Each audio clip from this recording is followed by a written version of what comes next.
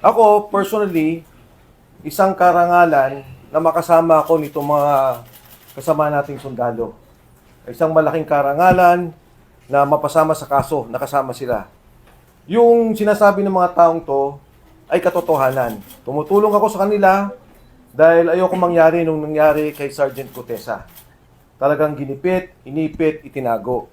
Nandito ko para ipakita yung tulong sa kanila noon pa man nung sila ay lumabas sa Club Filipino.